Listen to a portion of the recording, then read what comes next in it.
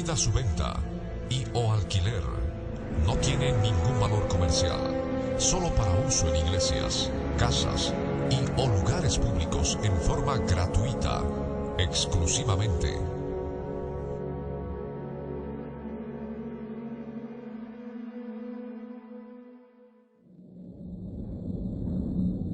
El testimonio de Jesucristo es el espíritu de la profecía.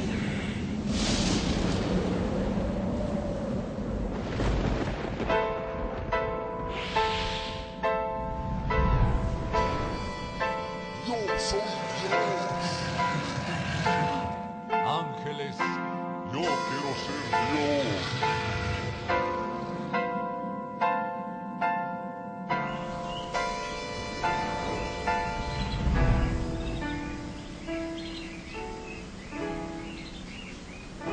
Libro del Verbo fue y precedió la historia de toda la humanidad y se escribió siguiendo su voluntad todas las cosas que habían de suceder. Y cuando él vuelva por segunda vez, nos reunirá en las nubes con él. La Biblia es, eternamente será, y su palabra por siempre perdurará. Dios dispersos Israel, nuevo existir de una nación, monte de Sión, Jerusalén, pactos de paz proclaman ya, el tercer templo construirán y el anticristo reinará. Jesús lo vencerá en la batalla de Armagedón. Hoy todo el mundo busca mezcla, ecumenismo, alianzas, pactos, confederaciones. La Biblia nos profetizó, todo estaba escrito para que nosotros prediquemos lo que fue, lo que es, lo que será, lo que fue, lo que es, lo que vendrá.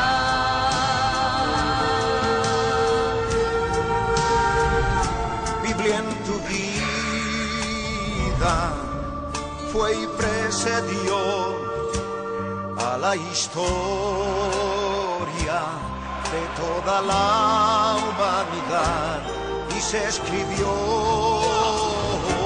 siguiendo su voluntad todas las cosas que habían de suceder.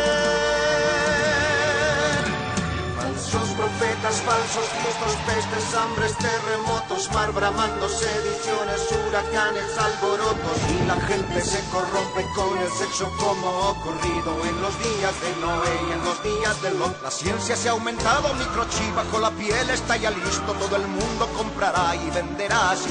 Todo el mundo adorará a la bestia, el anticristo, pero mi Jesús, el Señor, lo vencerá. Mi Jesús, el Señor, lo vencerá. Mi Jesús, el Señor, lo vencerá. Mi Jesús, el Señor, Él reinará. Reinará con majestad mil años y por siempre. Él reinará.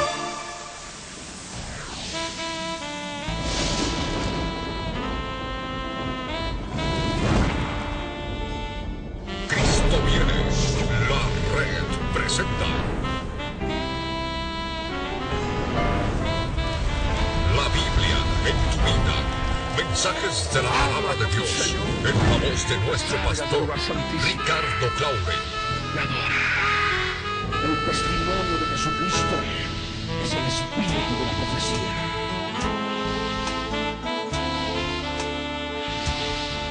Para que su iglesia se prepare para testimonio a las naciones.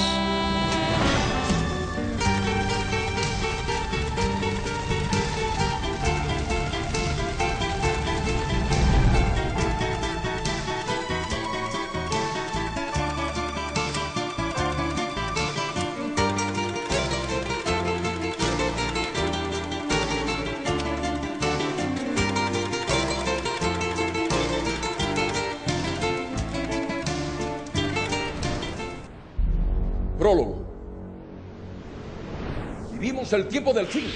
Hoy se sigue aumentando la ciencia y la tecnología sobre todo en los 7 países más ricos de la tierra, el denominado Grupo de los 7.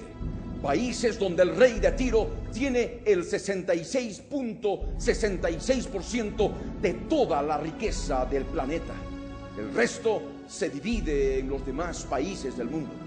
En el tiempo del fin, estas son las 7 cabezas del gran dragón escarlata, el rey de Tiro, el adversario, de las cuales los Estados Unidos de Norteamérica es la cabeza principal. Una superpotencia en el campo geopolítico, económico, ciencia y tecnología, etc. Y especialmente en el campo militar. Ubicada en el hemisferio norte occidental, constituye una pieza fundamental del panorama profético, dado que conforme a la profecía bíblica, el último cuerno grande del macho cabrío debe salir de ese lugar geográfico. El macho cabrío es el rey que gobierna la cultura griega desde el mundo espiritual demoníaco que en la actualidad ha llegado a cubrir toda la tierra a través de sus 4 cuernos. Los Estados Unidos de América es una nación llena de cultura griega. Son los principales de entre los hijos de Grecia por excelencia. Su democracia, sus periodos democráticos eleccionarios cada 4 años, sus edificaciones gubernamentales de estricto estilo arquitectónico griego, sus artistas hollywoodenses, símbolo del drama, la comedia y la tragedia griega, etc., son solamente algunos ejemplos de la presencia cultural y espiritual intangible del macho cabrío, en especial en el norte occidental de los Estados Unidos. El estado de Washington, cuya capital es Olimpia, cuyo nombre es el mismo que el de la madre de Alejandro III, el gran cuerno notable del macho cabrío, quien conforme a la profecía de Daniel, con más de 2 siglos de anticipación, tenía que conquistar el imperio medo-persa y que tendría que morir muy joven, quebrándose el gran cuerno notable, estando en su mayor fuerza.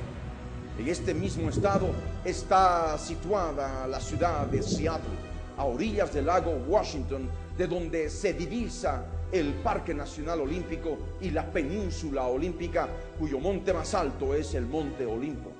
Bill Gates III ha nacido en Seattle y todo este entorno cultural griego, conocido desde niño en organizar Juegos Olímpicos con familiares y amigos, más tarde así también lo haría con la gente de Microsoft y sus famosas microolimpiadas. En Lakeside, la escuela para niños brillantes sobresalió no solamente por su gran sabiduría e inteligencia, mayor al de todos, sino también por el arte dramático. Ya en la Universidad de Harvard, estudiando leyes, como su padre, no asistió a las clases de la materia de literatura griega por su adicción a las computadoras.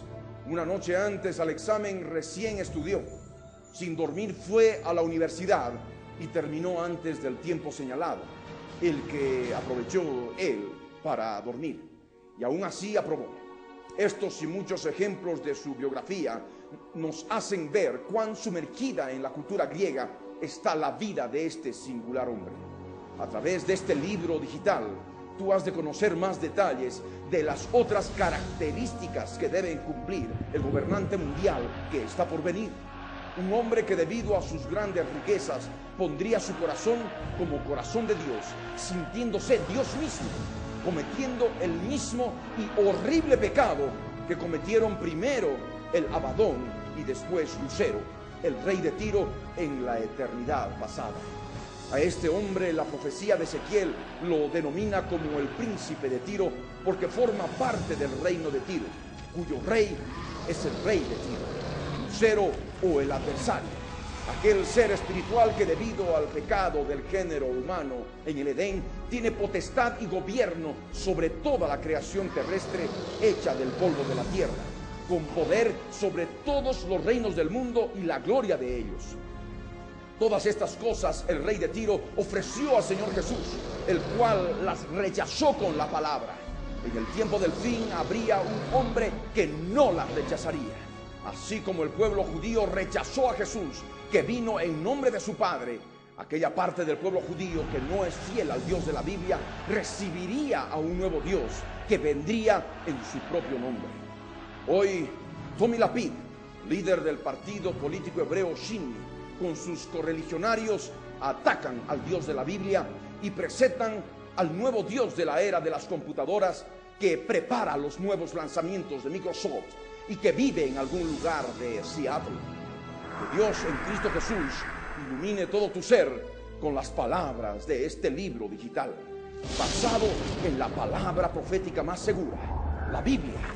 Que el Señor Jesús, el autor y consumador de la fe, te llene del espíritu de la profecía en este tiempo del fin, para que puedas vencer al dragón con el testimonio de Jesucristo, su sangre derramada, y menospreciando tu vida hasta la muerte, más aún sabiendo que Él es la resurrección y la vida, y el que cree en Él, esté muerto, vivirá.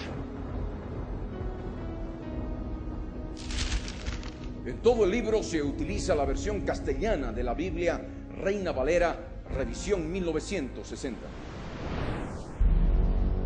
Capítulo 1. Oremos juntos. Padre eterno que estás en tu reino de los cielos, subimos ante tu trono de gracia y misericordia para adorarte y exaltarte por sobre todas las cosas que solo tú has creado. Glorifícate, Señor, en nuestras vidas. Que las naciones conozcan tu palabra bendita, la profecía bíblica para testimonio a ellas, no tengan excusa. Bendito Salvador, estamos en tus manos. Toma nuestras vidas y guárdanos del mal. Permítenos, como evangélicos puros, ser luminarias en medio de una generación maligna y perversa que, como Sodoma y Gomorra, ama la transgresión hasta el colmo. En este tiempo final, ayúdanos a soportar toda la inmunda persecución que viene por parte de la Gran Babilonia con los evangélicos romanos. Gracias por tu misericordia y por darnos el alimento a tiempo, para que, sabiendo que Satanás es llamado también rey de Tiro, sepamos quién es el príncipe de Tiro, aquel hombre que se engrandecerá en su corazón como si fuera Dios, debido a sus grandes riquezas al fin de los días. Gracias por tu antorcha encendida que ilumina nuestras vidas en el fin de esta sexta edad, la llamada era digital, el tiempo del fin que estamos viviendo. Ven pronto a arrebatarnos, Señor Jesús. Te estamos esperando con todo nuestro ser. Amén.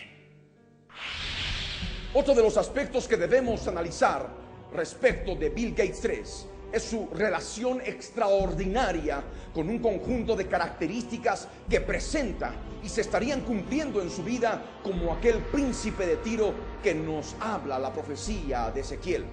Aquel que, siendo hombre, se sentiría Dios debido a sus grandes riquezas y que en el futuro se haría adorar como Dios en el tercer templo judío, que se construirá en el monte del templo, situado en medio de los mares Mediterráneo y muerto en las montañas de Judea. No hay pecado más terrible para Dios que los seres que Él creó quieran tomar su lugar, quieran ser igual que Dios. Es un pecado inmundo, es un pecado asqueroso. En la Biblia son especificados 3 seres que se caracterizan por querer ser como Dios. 2 de ellos son seres espirituales. Uno es el Abadón y el otro es el rey de Tiro o Satanás. El tercero es un ser humano, el príncipe de Tiro, el hombre de pecado, el hijo de perdición. El Abadón, también llamado el Apolión o la primera bestia, fue derrotado en la eternidad pasada junto con sus ángeles que se rebelaron con él y fueron hechos prisioneros en el abismo, donde permanecen en la actualidad. Después, el rey de Tiro, aquel que estuvo en el Edén como serpiente antigua, también llamado Lucero, el gran dragón, porque se rebeló al igual que el Abadón, fue arrojado a la tierra, donde todavía anda libre con todos sus ángeles rebeldes, los espíritus inmundos. Por elementales principios de guerra espiritual, sabemos que debido a la desobediencia del género humano llamado Adán en el Edén, todos los espíritus inmundos, en especial Satanás, la serpiente antigua, tienen la potestad de alimentarse del polvo de la tierra. Y está escrito: y el Señor Dios dijo a la serpiente: Por cuanto esto hiciste, maldita serás entre todas las bestias y entre todos los animales del campo. Sobre tu pecho andarás y polvo comerás todos los días de tu vida. Génesis capítulo 3, verso 14. Toda la creación terrestre, en especial el género humano, es hecho del polvo de la tierra. Está escrito: con el sudor de tu rostro comerás el pan hasta que vuelvas a la tierra, porque de ella fuiste tomado. Pues polvo eres y al polvo volverás. Génesis 3, verso 19. El hombre no solamente es polvo cuando muere y es sepultado, sino también es considerado polvo mientras está respirando. Debido a la desobediencia del género humano llamado Adán, toda la creación terrestre está sujeta bajo corrupción y bajo esclavitud de los espíritus inmundos. Y por ello anhela ardientemente la redención en Cristo de los cristianos bíblicos que por creer en Jesús hemos recibido la potestad de ser hechos hijos de Dios. Y está escrito: porque el anhelo ardiente de la creación es el aguardar la manifestación de los hijos de Dios. Porque la creación fue sujetada a vanidad, no por su propia voluntad, sino por causa del que la sujetó en esperanza. Porque también la creación misma será libertada de la esclavitud de corrupción a la libertad gloriosa de los hijos de Dios. Romanos 8, versos 19 al 21. Y hay otra palabra: mas a todos los que le recibieron, a los que creen en su nombre, les dio potestad de ser hechos hijos de Dios, los cuales no son engendrados de sangre, ni de voluntad de carne, ni de voluntad de varón, sino de Dios. Evangelio de Juan, capítulo 1, versos 12 y 13. El polvo es la materia prima de la carne. El hombre no es solamente polvo. El hombre tiene espíritu, alma y cuerpo, como está escrito en Primera Tesalonicenses capítulo 5, verso 23. Dios diseñó al hombre como un hombre espiritual para que todo su ser fuera gobernado por el espíritu. Pero el hombre desobedeció y en estado caído el corazón del alma pecaminosa es el que gobierna. Este es el hombre carnal. Por eso, después de la caída, Dios dijo que el hombre también es carne. Y está escrito: y dijo el Señor: no contenderá mi espíritu con el hombre para siempre, porque ciertamente él es carne, mas serán sus días 120 años. Génesis 6, verso 3. El corazón del alma pecaminosa del hombre está en el mismo lugar que el corazón del cuerpo, que se encarga de bombear sangre a todo el organismo. Está escrito: como en el agua el rostro corresponde al rostro, así el corazón del hombre al del hombre. Proverbios 27, verso 19. El Señor Jesús reveló claramente que el corazón del alma es la fuente del pecado del hombre y está ubicado en el mismo lugar que ocupa el corazón del cuerpo físico. El corazón del alma es la fuente que provoca la contaminación espiritual demoníaca en el hombre. Como el Señor Jesús dijo: pero lo que sale de la boca, del corazón sale, y esto contamina al hombre. Porque del corazón salen los malos pensamientos, los homicidios, los adulterios, las fornicaciones, los hurtos, los falsos testimonios, las blasfemias. Estas cosas son las que contaminan al hombre, pero el comer con las manos sin lavar no contamina al hombre. Mateo capítulo 15, verso 18 al 20. Por este aspecto sabemos que el corazón del alma es la fuente de las obras de la carne, cuya lista extensiva nos da el apóstol Pablo. Y manifiestas son las obras de la carne, que son adulterio, fornicación, inmundicia, lascivia, idolatría, hechicerías, enemistades, pleitos, celos, iras, contiendas, disensiones, herejías, envidias, homicidios, borracheras, orgías y cosas semejantes a estas, acerca de las cuales os amonesto, como ya os lo he dicho antes, que los que practican tales cosas no heredarán el reino de Dios. Gálatas capítulo 5, versos 19 al 21. Asimismo sabemos que todos los ángeles caídos o espíritus inmundos son claramente identificados por sus funciones. Descubrimos sus funciones por los pecados u obras de la carne manifiestas a través de los seres humanos. Como ejemplo tenemos espíritu de fornicación, como está escrito: no piensan en convertirse a su Dios, porque espíritu de fornicación está en medio de ellos y no conocen al Señor. Oseas capítulo 5, verso 4. Espíritu de mentira, está escrito: Él dijo: yo saldré y seré espíritu de mentira en boca de todos sus profetas. Y Él dijo: le inducirás y aún lo conseguirás. Ve pues y hazlo así. Primer libro de los Reyes, capítulo 22, verso 22.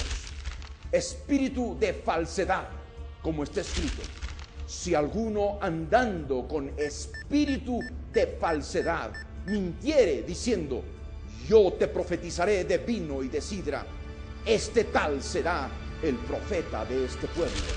Miqueas capítulo 2, verso 11. Espíritu mudo y sordo.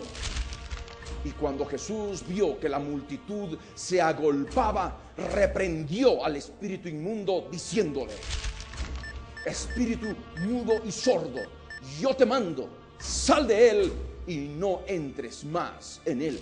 Evangelio de Marcos capítulo 9, verso 25. Espíritu de adivinación, como está escrito: aconteció que mientras íbamos a la oración, nos salió al encuentro una muchacha que tenía espíritu de adivinación, la cual daba gran ganancia a sus amos adivinando. Hechos de los Apóstoles capítulo 16, verso 16. Espíritu de enfermedad. Y había allí una mujer que desde hacía 18 años tenía espíritu de enfermedad y andaba encorvada y en ninguna manera se podía enderezar.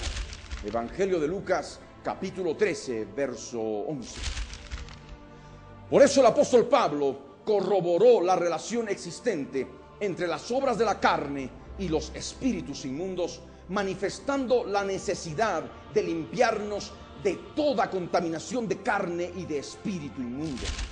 Contaminación de carne y espíritu, como está escrito: así que, amados, puesto que tenemos tales promesas, limpiémonos de toda contaminación de carne y de espíritu, perfeccionando la santidad en el temor de Dios. Segunda de Corintios capítulo 7, verso 1. Habiendo determinado este principio de clasificar a los espíritus inmundos según una o varias funciones que estos realizan en base a los hechos u obras de la carne manifiestas y que salen del corazón del hombre, podemos comprender claramente la razón principal por la cual el Abadón, la primera bestia, está prisionero en el abismo desde la eternidad pasada. Por la palabra profética revelada en la Biblia, sabemos que el llamado príncipe de Tiro, siendo hombre, se enaltecerá en su corazón a causa de sus riquezas acumuladas y multiplicadas, y pondrá su corazón como corazón de Dios y dirá: yo soy Dios, como está escrito en Ezequiel 28, versos 1 al 10. Vino a mí palabra del Señor diciendo: hijo de hombre, di al príncipe de Tiro: así ha dicho el Señor, por cuanto se enalteció tu corazón y dijiste: yo soy un Dios, en el trono de Dios estoy sentado en medio de los mares, siendo tú hombre y no Dios, y has puesto tu corazón como corazón de Dios. He aquí que tú eres más sabio que Daniel, no hay secreto que te sea oculto. Con tu sabiduría y con tu prudencia has acumulado riquezas y has adquirido oro y plata en tus tesoros. Con la grandeza de tu sabiduría en tus contrataciones has multiplicado tus riquezas. Y a causa de tus riquezas se ha enaltecido tu corazón. Por tanto, así ha dicho el Señor: por cuanto pusiste tu corazón como corazón de Dios, Por tanto, he aquí yo traigo sobre ti extranjeros, los fuertes de las naciones, que desenvainarán sus espadas contra la hermosura de tu sabiduría y mancharán tu esplendor. Al sepulcro te harán descender y morirás con la muerte de los que mueren en medio de los mares. Hablarás delante del que te mate diciendo: yo soy Dios. Tú hombre eres y no Dios, en la mano de tu matador. De muerte de incircuncisos morirás por mano de extranjeros, porque yo he hablado, dice el Señor. Ezequiel capítulo 28, versos 1 al 10. Vino a mí palabra del Señor diciendo: hijo de hombre, di al príncipe de Tiro, así ha dicho el Señor, por cuanto se enalteció tu corazón y dijiste: yo soy un Dios, en el trono de Dios estoy sentado, en medio de los mares, siendo tú hombre y no Dios, y has puesto tu corazón como corazón de Dios. He aquí que tú eres más sabio que Daniel. No hay secreto que te sea oculto. Con tu sabiduría y con tu prudencia has acumulado riquezas y has adquirido oro y plata en tus tesoros. Con la grandeza de tu sabiduría en tus contrataciones has multiplicado tus riquezas, y a causa de tus riquezas se ha enaltecido tu corazón. Por tanto, así ha dicho el Señor: por cuanto pusiste tu corazón como corazón de Dios, por tanto, he aquí yo traigo sobre ti extranjeros, los fuertes de las naciones, que desenvainarán sus espadas contra la hermosura de tu sabiduría y mancharán tu esplendor. Al sepulcro te harán descender y morirás con la muerte de los que mueren en medio de los mares. Hablarás delante del que te mate diciendo: yo soy Dios. Tú, hombre eres y no Dios, en la mano de tu matador. De muerte de incircuncisos morirás por mano de extranjeros, porque yo he hablado, dice el Señor. El príncipe de Tiro se sentirá Dios mismo. De esta manera empezamos a analizar la principal obra de la carne del príncipe de Tiro. Se sentirá Dios mismo. En la separata de la revista boliviana Enfoques, de fecha 2 de septiembre de 1998, el periodista Mario Vargas establece un resumen de lo que prediqué respecto de Bill Gates 3 en mayo y junio de 1998. Lengua y nación. El título de este seminario es claro: es Bill Gates tercero, el anticristo. Oración en forma de pregunta: ¿será Bill Gates tercero el anticristo? En la página 6 nos da una información adicional que no la teníamos, porque haciendo referencia a un párrafo de un artículo de Walter Isaacson, editor de Time, sobre los conceptos de religión que tiene Bill Gates 3 en relación a él y su hija Jennifer, Mario Vargas asegura que les servirían, en forma textual, bastante a quienes sostienen la teoría de que Gates sea probablemente el anticristo. Mario Vargas, textual: comprendiendo nuestra responsabilidad, investigamos la fuente a través de la internet y ubicamos el artículo en cuestión y el párrafo en forma específica, el cual se lo tradujo del inglés al español. El artículo de Walter Isaacson para Time titula En busca del verdadero Bill Gates, de fecha 13 de enero de 1997. El párrafo dice así: Melinda is Catholic, goes to church, and wants to raise Jennifer that way. But she offered me a deal, Gates says. If I start going to church, my family was Congregationalist, then Jennifer could be raised in whatever religion I choose. Gates admits that he is tempted because he would prefer that she have a religion that has less theology and all than Catholicism. But he has not yet taken up the offer. Just in terms of allocation of time resources, Religion is not very efficient, he explains. There's a lot more I could be doing on a Sunday morning. En español el artículo dice así: Melinda es católica, va a misa y quiere educar a Jennifer de esa manera. Pero ella me ofreció un trato. Nos dice Gates: si comienzo a ir a la iglesia, mi familia era congregacionista, Jennifer podría ser educada bajo la religión que yo escoja. Gates admite que él está tentado, aunque preferiría que Jennifer tenga una religión que tuviera menos teología y todo eso que el catolicismo. Pero Gates aún no ha tomado en cuenta la oferta de su esposa. En términos de distribución de recursos, la religión no es muy eficiente, explica Gates. Hay mucho más que podría estar haciendo los domingos en la mañana. En base a este artículo de Time, podemos ver que la familia de Bill Gates III, como lo afirma él con sus propias palabras, era congregacionista, es decir, de una rama del cristianismo nominal y tradicional. Esto tiene similitud con la profecía de Daniel capítulo 11, verso 37 en su primera parte, cuando nos profetiza acerca del mismo hombre que tendría que aparecer en el tiempo del fin. Del Dios de sus padres no hará caso, nos dice la Escritura en Daniel capítulo 11, verso 37 en su primera parte.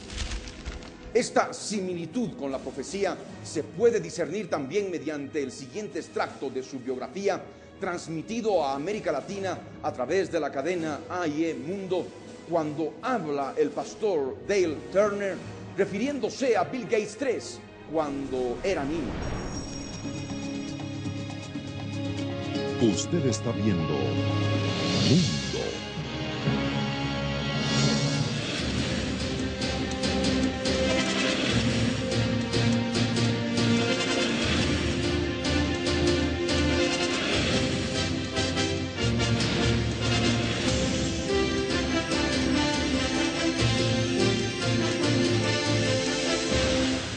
Say curiosity killed the cat, but it didn't kill Bill. Bill was curious. He was always eager to know more, and he had encouragement from his mom and dad. Esto es lo que opina el pastor del Dios de sus padres. Como has de notar, él no se refiere a Bill Gates III como un cristiano especial, alguien que hubiera sido digno de nombrar por su cristianismo o por sus actividades dentro de la iglesia. El pastor solamente habla de un aspecto que recuerda de Bill Gates III: su extrema curiosidad, su afán de conseguir sabiduría, su afán de querer saber más. El pastor de sus padres hasta llega a compararlo con la curiosidad del gato. Como veremos a lo largo de este libro, el llamado príncipe de Tiro no tendrá secretos que le sean ocultos y tiene que tener una gran sabiduría que le permitirá acumular y multiplicar riquezas, a causa de las cuales pondrá su corazón como corazón de Dios, por lo cual la sentencia de muerte para el príncipe de Tiro, decretada por el único Dios verdadero, se cumplirá.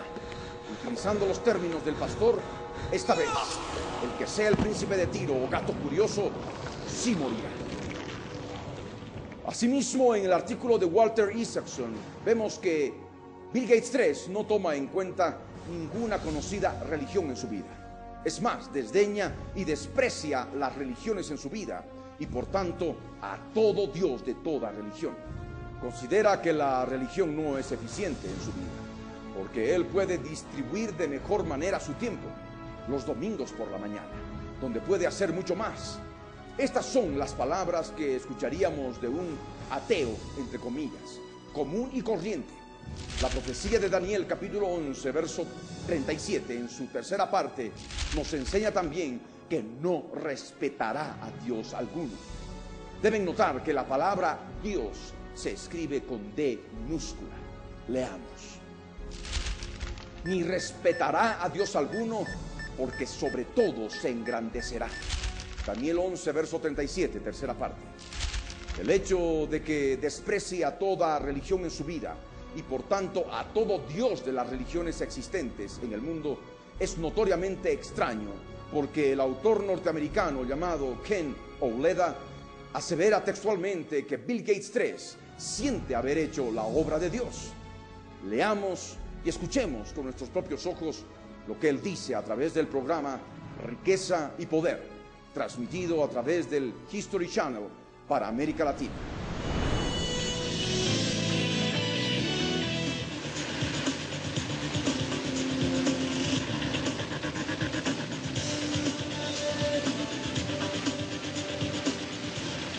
Riqueza y poder. Innovadores. Bill Gates believes that he has done God's work. He believes he has pushed the envelope. He's a man who is never satisfied. He's restless. And it's one of the secrets to his success. Si Bill Gates III desprecia las religiones por ser ineficientes y siente haber hecho la obra de Dios, ¿a cuál Dios se refiere? La respuesta parecería evidente. Bill Gates III, al afirmar que siente que está haciendo la obra de Dios, siendo implícitamente ateo, afirma implícitamente también que ese Dios es Él. ¿Sí? ¿Esta aseveración es real? ¿El sentirse como Dios ha empezado a manifestarse en su vida? No lo afirma explícitamente por ahora, porque como dice la profecía del cuerno grande del macho cabrío, este hombre sería sagaz. Esta profecía la tienes que saber y discernir muy bien. El sentirse como Dios ha tenido que nacer en su propio corazón. Jesús, nuestro único Dios que creó al ser humano, reveló que el corazón del alma, situado en el corazón del cuerpo físico, es el asiento de los malos pensamientos, los falsos testimonios, las blasfemias. Esto es lo que causa contaminación espiritual en el hombre. El hecho de que un hombre en su corazón se enaltezca al gran extremo de sentirse como Dios es un pensamiento malo, es un falso testimonio. Si fuera cierto de que siente en su corazón que está haciendo la obra de Dios, sabiendo que desprecia a todo Dios de toda religión, sería una blasfemia. Siendo hombre, ¿se está haciendo Dios? ¿Ha puesto su corazón como corazón de Dios? Leamos nuevamente Ezequiel 28, versos 1 al 10. Vino a mí palabra del Señor, diciendo: Hijo de hombre, di al príncipe de Tiro, así ha dicho el Señor, por cuanto se enalteció tu corazón y dijiste: yo soy un Dios, en el trono de Dios estoy sentado en medio de los mares, siendo tú hombre y no Dios, y has puesto tu corazón como corazón de Dios. He aquí que tú eres más sabio que Daniel. No hay secreto que te sea oculto. Con tu sabiduría y con tu prudencia has acumulado riquezas y has adquirido oro y plata en tus tesoros. Con la grandeza de tu sabiduría en tus contrataciones has multiplicado tus riquezas, y a causa de tus riquezas se ha enaltecido tu corazón. Por tanto, así ha dicho el Señor: por cuanto pusiste tu corazón como corazón de Dios, por tanto, he aquí yo traigo sobre ti extranjeros, los fuertes de las naciones, que desenvainarán sus espadas contra la hermosura de tu sabiduría y mancharán tu esplendor. Al sepulcro te harán descender y morirás con la muerte de los que mueren en medio de los mares. Hablarás delante del que te mate diciendo: yo soy Dios. Tu hombre eres, sino Dios en la mano de tu matador. De muerte de incircuncisos morirás, por mano de extranjeros, porque yo he hablado, dice el Señor. Ezequiel 28, versos 1 al 10. El príncipe de Tiro no es otro que el hombre de pecado, el hijo de perdición, aquel que se ha de sentar en el tercer templo judío como Dios, haciéndose pasar por Dios, cuya identidad tenía que ser revelada previamente para que suceda el arrebatamiento, nuestra reunión con Jesús en las nubes, tal como nos pide que recordemos el Espíritu Santo a través de los escritos del apóstol Pablo, como está escrito: pero con respecto a la venida de nuestro Señor Jesucristo y nuestra reunión con Él, os rogamos, hermanos, que no os dejéis mover fácilmente de vuestro modo de pensar, ni os conturbéis, ni por espíritu, ni por palabra, ni por carta, como si fuera nuestra, en el sentido de que el día del Señor está cerca. Nadie os engañe en ninguna manera, porque no vendrá sin que antes venga la apostasía y se manifieste. Griego, apocalipto, que significa revelado. El hombre de pecado, el hijo de perdición, el cual se opone y se levanta contra todo lo que se llama Dios o es objeto de culto, tanto que se sienta en el templo de Dios como Dios, haciéndose pasar por Dios. ¿No os acordáis que cuando yo estaba todavía con vosotros os decía esto? Segunda Tesalonicenses capítulo 2, versos 1 al 5.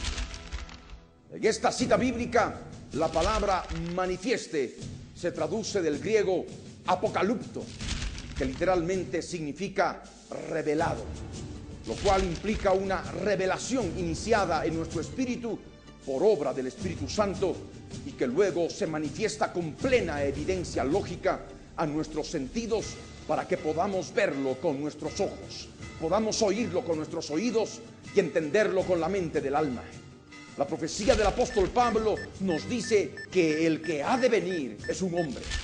El profeta Ezequiel dice que el príncipe de Tiro es un hombre. Repito, es un hombre.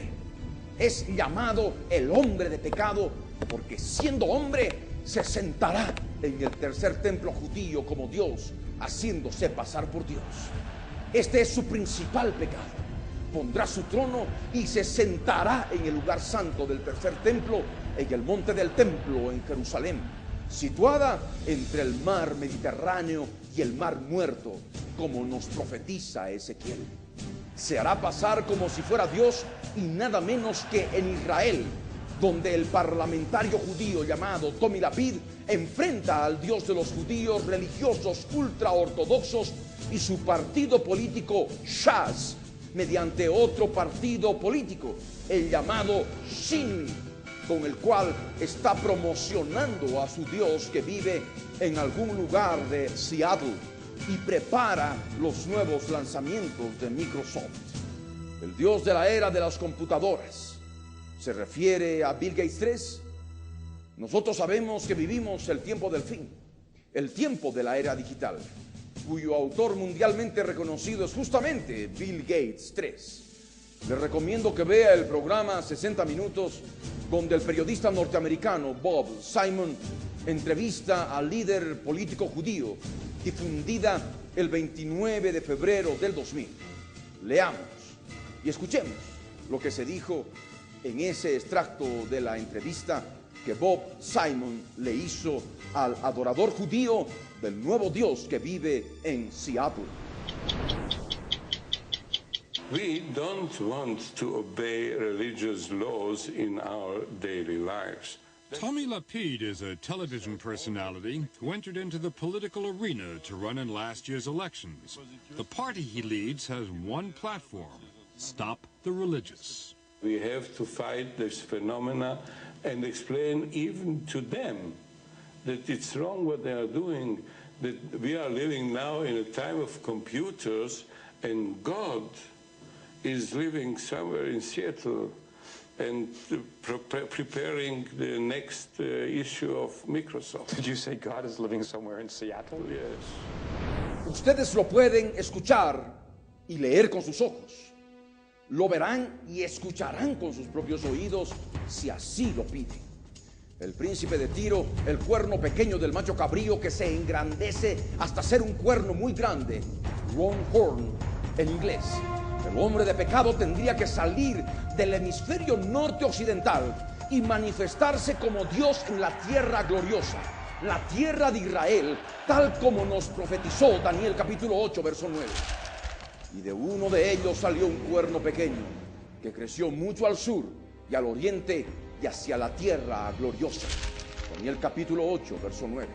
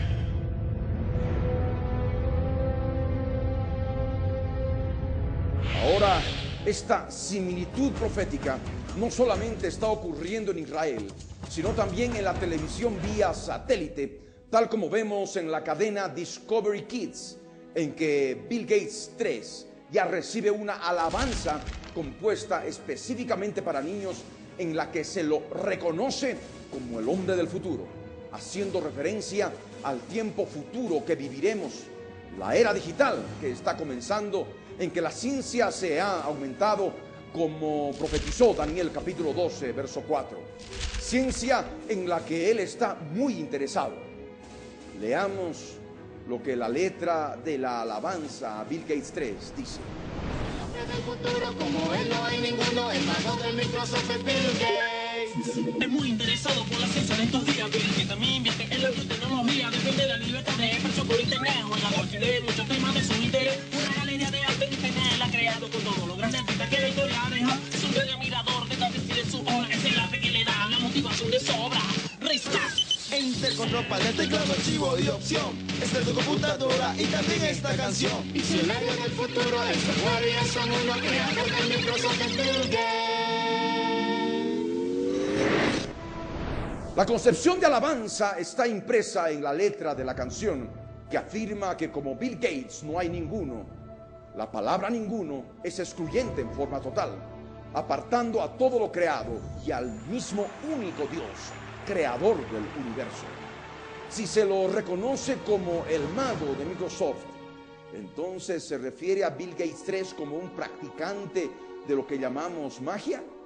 Considerando conceptos bíblicos, la magia es una obra de la carne, tipificada en el campo de las hechicerías. Si se habla de magia, hablamos de adivinación, brujería y de ocultismo.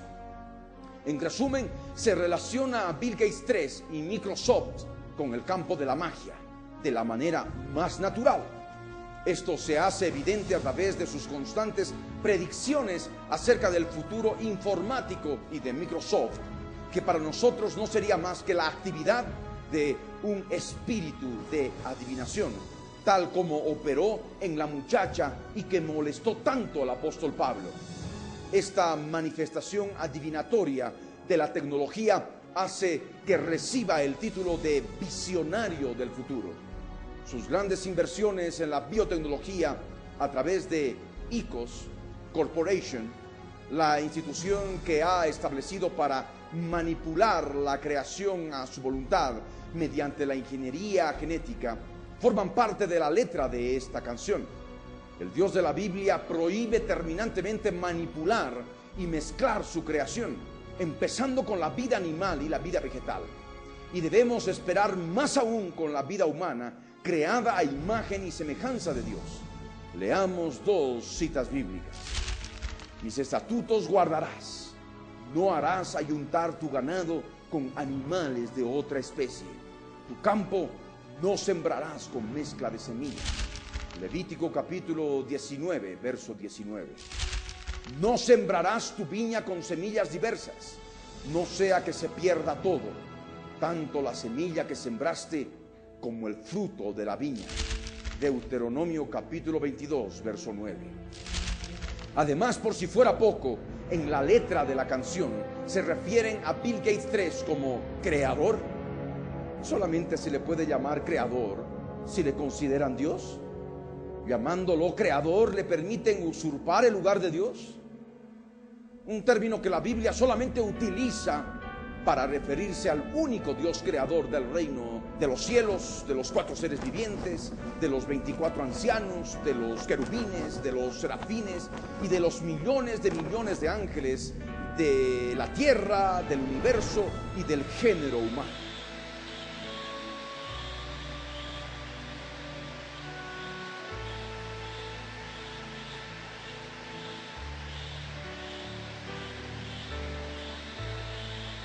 Leamos lo que dice nuestro Dios. Alabad al Señor desde los cielos, alabadle en las alturas, alabadle vosotros todos sus ángeles, alabadle vosotros todos sus ejércitos, alabadle sol y luna, alabadle vosotras, todas lucientes estrellas, alabadle cielos de los cielos y las aguas que están sobre los cielos, alaben el nombre del Señor, porque Él mandó y fueron creados. Los hizo ser eternamente y para siempre. Les puso ley que no será quebrantada. Salmos 148, versos 1 al 6. Y está escrito: así dice el Señor, el Santo de Israel y su formador: preguntadme de las cosas por venir, mandadme acerca de mis hijos y acerca de la obra de mis manos. Yo hice la tierra y creé sobre ella al hombre. Yo, mis manos extendieron los cielos y a todo su ejército mandé. Isaías capítulo 45, versos 11 y 12.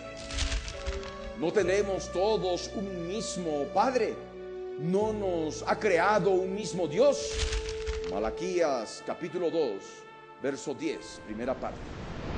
Otro aspecto que debemos tomar en cuenta es la connotación espiritual de esta alabanza de Discovery Kids, porque según la letra, el usuario puede entrar con Enter, vistiéndose con ropa de teclado, archivo y opción, para sentir la omnipresencia de Bill Gates 3, porque resulta que él está en la computadora y también en la canción, que no es más que una alabanza ensalzando las que se considera virtudes del nuevo creador, entre comillas. Si se enseña a cualquier niño impío que por estar frente a la computadora entra en la presencia de Bill Gates 3, porque él está en la computadora, el niño lo ha de creer. De esta manera ya se está preparando su adoración mundial vía computadoras como si fuera Dios, y se está queriendo imitar y por tanto usurpar la omnipresencia del único Dios altísimo con el uso de ellas. La usurpación del príncipe de Tiro, conforme a la Biblia, llegará a tal extremo que, como hemos visto, se sentará en su trono en el lugar santo del tercer templo judío, que se ha de construir pronto en el monte santo de Dios, el monte del templo en Jerusalén, que se encuentra en medio de los mares, entre el mar Mediterráneo y el mar Muerto. En la actualidad, el monte del templo está bajo soberanía israelí desde la guerra de los 6 días, pero los palestinos musulmanes, que tienen jurisdicción sobre la cúpula de la roca, han impedido cualquier excavación y por supuesto cualquier construcción, e inclusive algún acto de soberanía como el que realizó Ariel Sharon en septiembre del año 2000, dando lugar a la llamada Segunda Intifada de los palestinos, que continúa hasta hoy y que es otra más de las devastaciones producto de la guerra por la ciudad santa que se han llevado a cabo a través de estos siglos, correspondientes al periodo intermedio de la profecía de las 70 semanas. Comenzamos primera edición con los actos de violencia registrados hoy durante la visita de Ariel Sharon, líder del partido nacionalista israelí Likud, por lugares sagrados de Jerusalén Oriental. La presencia de Sharon en una meseta llamada por los israelíes Monte del Templo y por los palestinos Noble Santuario provocó choques violentos entre manifestantes palestinos y la policía israelí. Desde Jerusalén, Daniel Blumenthal nos informa sobre lo ocurrido. Buenos días, Daniel, adelante. Buenos días, gracias, Josefina. El jefe de la oposición israelí, Ariel Sharon, llegó al Monte del Templo, o al Noble Santuario, como lo llaman los árabes, encabezando una delegación de diputados de su partido de derecha, el Likud, con el objeto de hacer una demostración de la soberanía israelí sobre un sitio ampliamente disputado entre israelíes y palestinos en el marco de las negociaciones de paz, el nudo górdico del conflicto. Y como era de esperar, la visita no pasó en silencio, y pocos instantes después de la partida de la comitiva, unos 200 manifestantes palestinos lanzaron piedras y botellas contra las fuerzas policiales. Más de 1000 efectivos que llegaron para asegurar la visita respondieron con balas de goma y palos, y hubo heridos a ambos lados. Sharon desmintió que se tratara de una provocación. Vine aquí con un mensaje de paz Creo que podemos vivir junto con los palestinos. Vine al lugar más sagrado de los israelíes para ver lo que ocurre y exteriorizar el sentimiento de que estamos dispuestos a conversar, de modo que no hay nada de provocación por nuestra parte. Eso viene del otro lado. Sabemos por la profecía que pronto se ha de poner fin a las devastaciones producto de la guerra por la ciudad de Jerusalén, para lograr paz y seguridad en el mundo, empezando con el Medio Oriente. Y está escrito: 70 semanas están determinadas sobre tu pueblo y sobre tu santa ciudad para terminar la prevaricación y poner fin al pecado y expiar la iniquidad, para traer la justicia perdurable y sellar la visión y la profecía y ungir al santo de los santos. Sabe pues y entiende que desde la salida de la orden para restaurar y edificar a Jerusalén hasta el Mesías príncipe habrá 7 semanas y 62 semanas. Se volverá a edificar la plaza y el muro en tiempos angustiosos. Y después de las 62 semanas se quitará la vida al Mesías, mas no por sí. Y el pueblo de un príncipe que ha de venir destruirá la ciudad y el santuario, y su fin será con inundación, y hasta el fin de la guerra durarán las devastaciones. Y por otra semana confirmará el pacto con muchos. A la mitad de la semana hará cesar el sacrificio y la ofrenda. Y con la muchedumbre de las abominaciones vendrá el desolador, hasta que venga la consumación y lo que está determinado se derrame sobre el desolador. Daniel capítulo 9, versos 24 al 27. Así empezará la semana 70, los últimos 2520 días de esta sexta edad. Se establecerá el Estado palestino, a condición de que los judíos construyan su tercer templo en la explanada norte del monte del templo. Se habrá cumplido la palabra profética más segura a plena cabalidad. Esto será una realidad. El jefe de la misión de la Organización para la Liberación de Palestina ante el gobierno de los Estados Unidos, Hassan Abdel Rahman, en agosto del 2000, en el programa Foro Interamericano de la cadena norteamericana WorldNet, afirmó claramente que los palestinos les permitirán construir a los judíos su tercer templo en el monte del templo, a condición del Tratado de Paz y de la fundación del Estado palestino.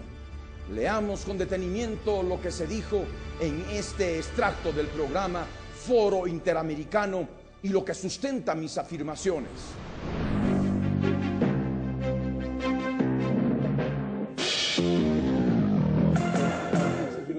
Entonces los palestinos están dispuestos a compartir la ciudad de Jerusalén. Estamos dispuestos a dividir y compartir. En otra palabra, la parte oeste es israelí, la parte este es palestina, y la ciudad no es una ciudad dividida. ¿Y los israelíes no quieren compartir la ciudad? No, absolutamente. Pero explique precisamente la razón. Es decir, ¿qué está ubicado en Jerusalén este que es tan importante también para los israelíes? Para los israelíes, no sé, ellos alegan que el templo está en la parte este.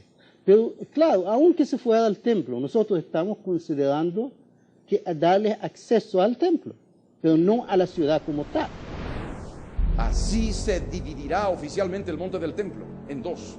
Una parte estará en poder de los sacerdotes judíos oficiando su sacrificio diario y continuo, y otra parte, aquella que fue el patio de afuera en los dos anteriores templos, estará en poder de los gentiles, los palestinos musulmanes, con su actual cúpula de la roca. Se habrá cumplido la profecía de Apocalipsis 11, versos 1 y 2 en su primera parte. Entonces me fue dada una caña semejante a una vara de medir, y se me dijo: levántate y mide el templo de Dios, y el altar, y a los que adoran en él.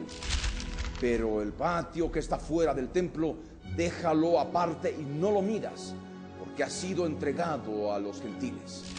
Apocalipsis capítulo 11, versos 1 y 2 en su primera parte. Con el tercer templo edificado se habrá preparado el escenario final en que el hombre de pecado, siendo presidente de los Estados Unidos, en visita diplomática el día 1230 de la semana 70 y en conspiración inmunda con el líder del partido político prevaricador y sus parlamentarios violadores del viejo pacto santo, y todos los judíos antiortodoxos y anti-ultraortodoxos que votan por su líder en las elecciones israelíes, los que la profecía llama prevaricadores, le entregarán el tercer templo para que sea profanado el lugar santo, haciendo cesar el sacrificio diario y continuo de los sacerdotes judíos, pues estos prevaricadores lo recibirán como Dios. Y está escrito: y a causa de la prevaricación le fue entregado el ejército junto con el continuo sacrificio, y echó por tierra la verdad e hizo cuanto quiso y prosperó. Daniel capítulo 8, verso 12. Asimismo le entregarán el Tzahal, el ejército más poderoso del Medio Oriente, el que se cree Dios siendo un simple hombre y que vive en Seattle preparando el próximo lanzamiento de Microsoft. Es amante de la política y sabe muy bien que mientras Israel tenga poderío nuclear, no ha de poder invadirlo como tiene pensado en su corazón. Así sea con el ejército más poderoso del mundo, es decir, de los Estados Unidos de América. Por eso, como está profetizado para el cuerno grande del macho cabrío, este tiene que crecer política y religiosamente en la tierra gloriosa, en la tierra de Israel. El cuerno grande de Seattle, con su partido político de prevaricadores que lo promocionan y adoran como Dios, lograrán que se firme el pacto final de paz y seguridad en el Medio Oriente, haciendo que el incauto Estado de Israel se comprometa a desmantelar su ejército desde el primer día de la semana 70. Así, para cuando la abominación desoladora que habló el profeta Daniel, que es el mismo cuerno grande de Seattle, como presidente y dictador de Estados Unidos, viaje a Jerusalén en esa visita diplomática, entendiéndose con los políticos que hayan abandonado el pacto santo con el Dios de Israel, profanará intempestivamente el tercer templo y desalojará abruptamente a los indefensos sacerdotes judíos, como está escrito, y volverá y se enojará contra el pacto santo y hará según su voluntad. Volverá pues y se entenderá con los que abandonen el santo pacto, y se levantarán de su parte tropas que profanarán el santuario y la fortaleza, y quitarán el continuo sacrificio y pondrán la abominación desoladora. Daniel capítulo 11, verso 30 en su segunda parte y el verso 31.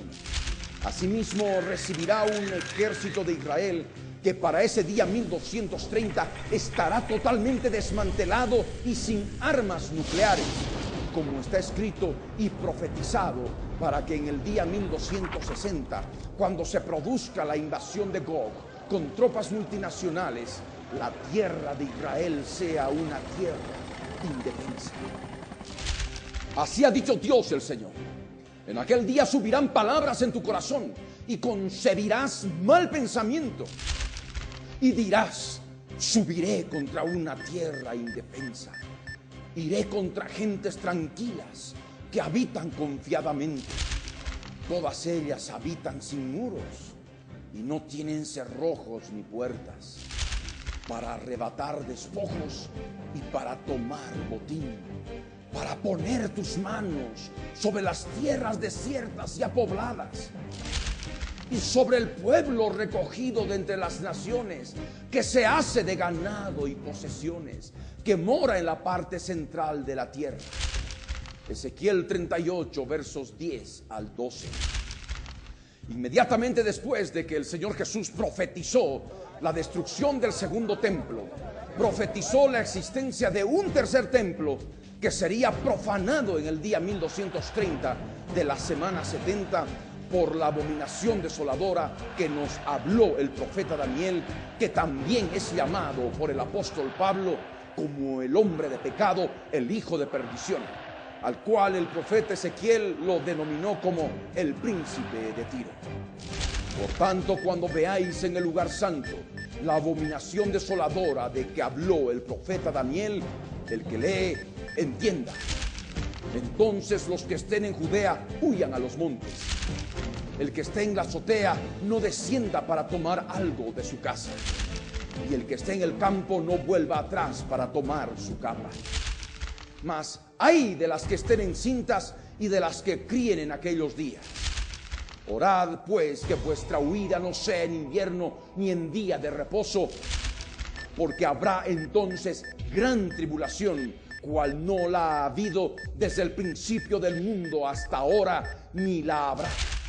Y si aquellos días no fuesen acortados, nadie sería salvo, mas por causa de los escogidos, aquellos días serán acortados. Entonces, si alguno os dijere, mirad, aquí está el Cristo, o mirad, allí está, no lo creáis. Mateo 24, versos 15 al 23.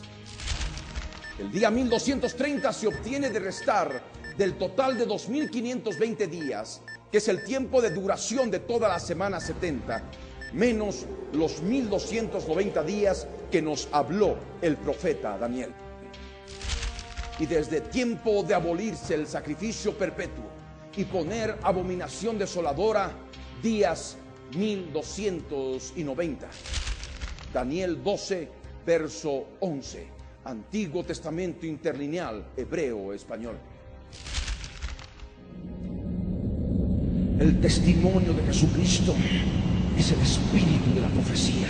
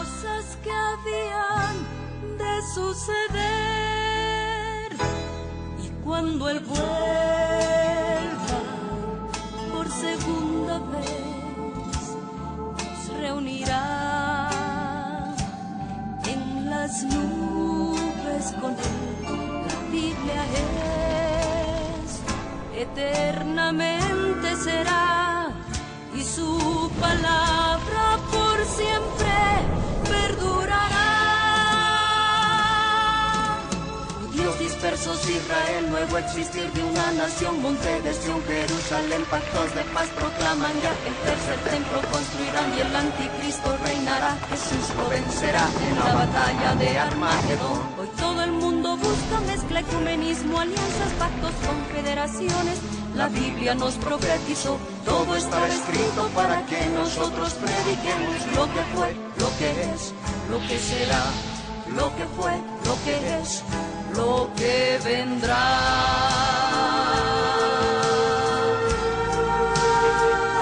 Biblia en tu vida fue y precedió a la historia de toda la humanidad y se escribió siguiendo su voluntad todas las cosas que habían de suceder. Falsos profetas, falsos cristos, pestes, hambres, terremotos, mar bramando, sediciones, huracanes, alborotos, y la gente se corrompe con el sexo como ocurrido en los días de Noé y en los días de Lot. La ciencia se ha aumentado, microchip bajo la piel está ya listo, todo el mundo comprará y venderá así.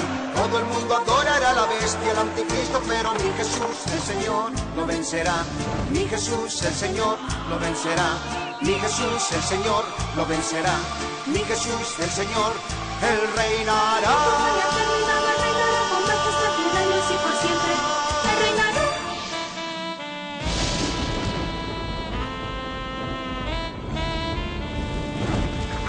Cristo viene. La Red presentó La Biblia en tu vida. mensajes de la palabra de Dios en la voz de nuestro pastor Ricardo Claure. El testimonio de Jesucristo es el espíritu de la profecía.